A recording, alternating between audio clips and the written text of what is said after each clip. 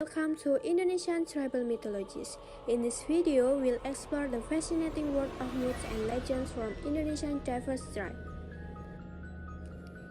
Indonesia is a vast archipelago with hundreds of ethnic groups, each with its unique cultural heritage. Today, we'll delve into the rich tapestry of Indonesian tribal mythologies. Did you know that Indonesia is home to over 300 ethnic groups, each with its own distinct language, custom, and belief? This incredible diversity is reflected in the rich tapestry of Indonesian tribal mythologies. It's important to learn about Indonesian tribal mythologies because they offer a glimpse into the cultural heritage and worldview of these indigenous groups. They also provide valuable insight into the history and tradition of Indonesia. By watching this video, you will gain a deeper understanding of Indonesian tribal mythologies and appreciate the diversity of culture in Indonesia. We start from Java Island. The first one is from Javanese tribe, Roro Kidul, a Javanese legend. Roro Kidul is a mythical figure in Javanese folklore. She is often depicted as a beautiful and powerful woman who rules the Southern Sea. People believe she has the power to influence human affairs, especially those related to the sea. Roro Kidul is a popular figure in Javanese culture, appearing in many stories, songs, and other forms of art. She is often seen as a symbol of both beauty and danger. The danger associated with her is often linked to her control over the Southern Sea, such as natural disasters, spiritual dangers, and loss or harm. Also, related to the legend of Roro Kidul, there are several taboos that are currently believed by the community to avoid danger. One of them is the prohibition of wearing green clothes in the South Coast area because green is Roro Kidul's favorite color. For those who dare to wear that color of clothing, they will be dragged by the waves to the kingdom of Roro Kidul. Although some survived, not a few of them were found dead.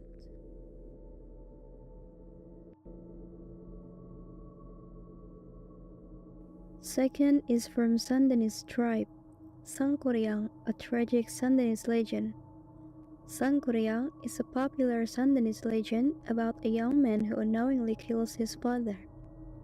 Cursed for his actions, he tries to create a dam to flood the areas where his mother lives. His efforts are thwarted by his mother who delays the sunrise. The resulting lake and the unfinished dam are now known as Situ Patenggang and Tangkuban Perahu. The legend teaches valuable lessons about love, betrayal, and the power of nature.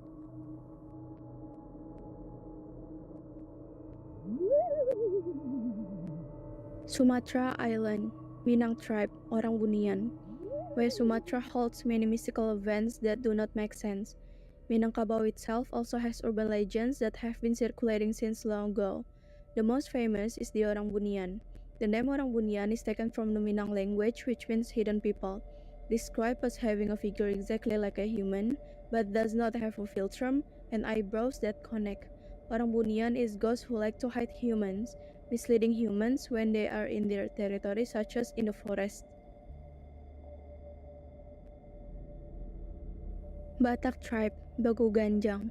According to belief, Begu Ganjang is the spirit of a baby who has died less than 7 days.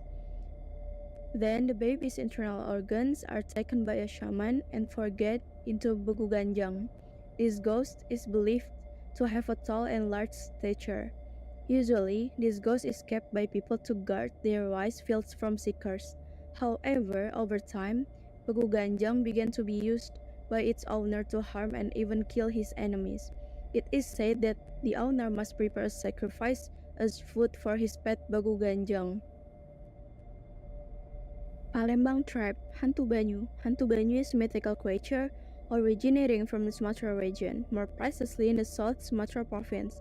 Hantu Banyu is believed to be a spirit or entity that inhabits water, such as rivers, lakes, or wells. The name Banyu itself comes from Javanese language, which means water or deep water. It is said that Banyu has a scary appearance, with a wet and damp body and hair that flows like algae or water grass. Some stories also describe Banyu with a scary face and sharp teeth. Hantu Banyu is believed to be the guardian or protector of water in the area. In local beliefs, people believe that if someone does not respect or appreciate Banyu, they can curse the wrath of this ghost. As a result, people who dare to pollute or damage water sources inhabited by Banyu can experience bad luck, illness, or even accidents. This figure preys on humans by sleeping them with its mucus, which causes them to fall into the Musi River.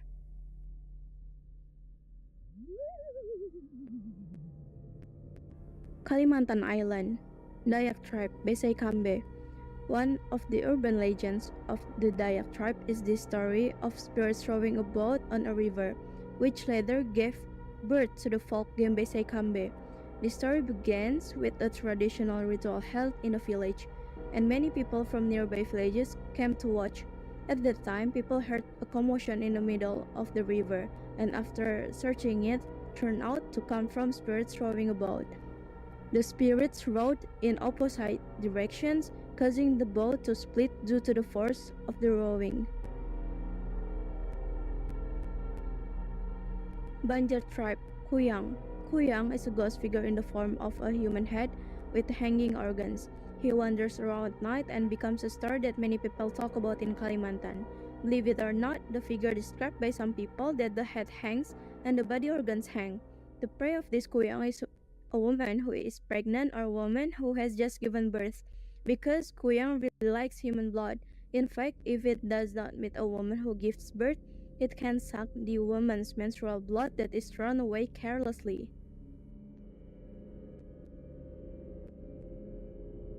Sulawesi Island.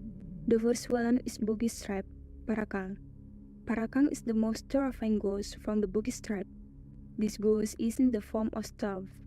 Parakang is believed to have a slit nose, sharp eyes, messy hair, and a distinctive smell. Parakang ghosts are labeled dangerous because they can prey on humans, especially babies and children. Some think that the knowledge of Parakang worship can enrich and make the owner live long. Parakang is actually a human who learns black magic such as pesugihan, but unfortunately the knowledge gets cannot be carried out well, or it can be said they fail to delve into their knowledge. It is said if Parakang transform into an object or animal, then they will have a difference that can help you know their existence. For example, if it turns into a cat or dog, the back legs will be longer, and when walking, the Parakang animal seen walking down in front of it. If it turns into a tree, then the shape of the tree only has two branches that seem to resemble hands. To expel it, it is said that you can only hit it once. If more, then the Parakang will attack you. The second one is Makassar tribe, Sumiati. Sumiati is known as an evil ghost that is famous in almost all of Makassar. Sumiati's appearance is said to be similar to Kuntilanak or Sundar Bolong. According to the circulation story, Sumiati often wears two types of clothes, namely white and red. The appearance of Sumiati ghost does not just happen, but there is a story behind it. The story starts from the bad experience that Sumiati had when she migrated to Makassar in search of better job. Sumiati became a victim of private rape until one of perpetrators killed her and buried her in an inappropriate way. Shortly after that incident, Sumiati's ghost began to appear and spread a terrifying terror. Although Sumiati is often randomly, but according to the story's circulation, Sumiati only haunts certain people, namely the public transport driver and the rickshaw driver. The last one is Minahasa tribe, Pok Pok. This ghost comes from the Minahasa tribe, which is described as similar to a typical Thai ghost, namely Krasu, which only consists of a head and an inner body like the intestines. Usually, this ghost will appear and scare humans by removing their organs and heads, so that only the skeleton will be seen. Bananas people also believe that Pok Pok ghosts like to perch on banana trees. To ward off the disturbance from this ghost, you only need to throw an object into the frame of the body or head, so that later it will sulk and be viewed. Pok Pok ghosts are usually found in highland or mountainous areas. This flying human ghost has a distinctive sound. When flying, the sound is like a featherless wing flap. Some sources say that Papagoes also like to imitate children's voice.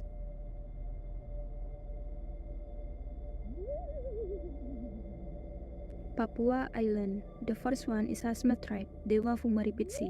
The story of Dewa Fumaripitsi, who became the ancestor of the Asmat tribe. In ancient times, a god named Fumaripitsi descended to earth and began his journey from the western horizon at sunset. On his adventure, the god had to face a giant crocodile and defeat it. Dewa Fumaripitsi met a flamingo bird who treated his soul until it healed. Dewa Fumaripitsi built a house, carved two statues, and made drums. He danced endlessly with his drums. With the powerful sound of the drums, the statues he carved come to life and danced. The statues are believed to be the first human couple and ancestor of the Asmat tribe. The second one is Aru tribe, Swangi. Swangi is known as a witch or a person who has the ability of black magic. Is usually also called a shaman. The figure of Swangi is also reported to be very scary, with red eyes and sharp teeth. In fact, it is said that Swangi often eats human flesh, and in his action Swangi doesn't need to be present at the scene, because it can be done from a distance, maybe similar to the Furu legend in Haiti. It is said that when Swangi was targeting his victim, he would fly using a leaf and sneak into the person's house. Swangi is also known to be able to transform into any animal, usually incarnate into a cicada, so it is easy to enter the victim's residence.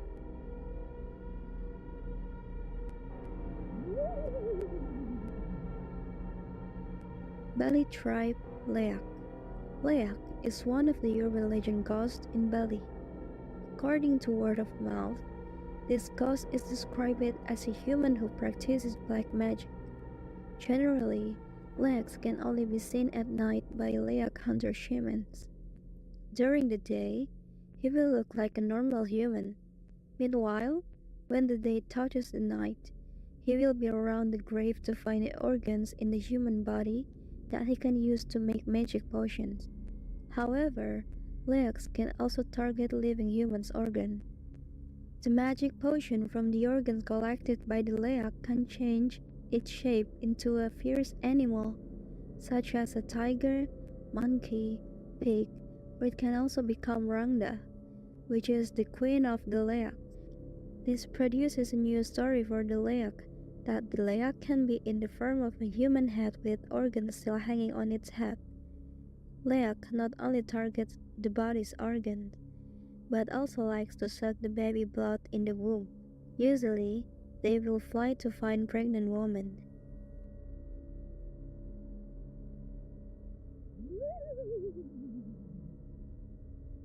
Sasak tribe, Salak. Salak is a supernatural creature that is believed to exist in Lombok Island, which comes from the Lombok language, Salak, which means worm. Those who become Salak are humans who are still alive and have black magic, because they are allied with the devil. During the day, they will act like normal humans, but at night, that is the most appropriate time to change shape and disappear. Some of Salak need sacrifice to improve their black magic. In the Lombok area, there are different types of Salak, whether it is in terms of form or word. In the East Lombok area, for example, there are several Salak that become a scourge of residents, especially remote areas. Among them are Salak Sakti and Salak Ngeres. Salak Sakti is a creature which it can fly and will do its activities when night falls.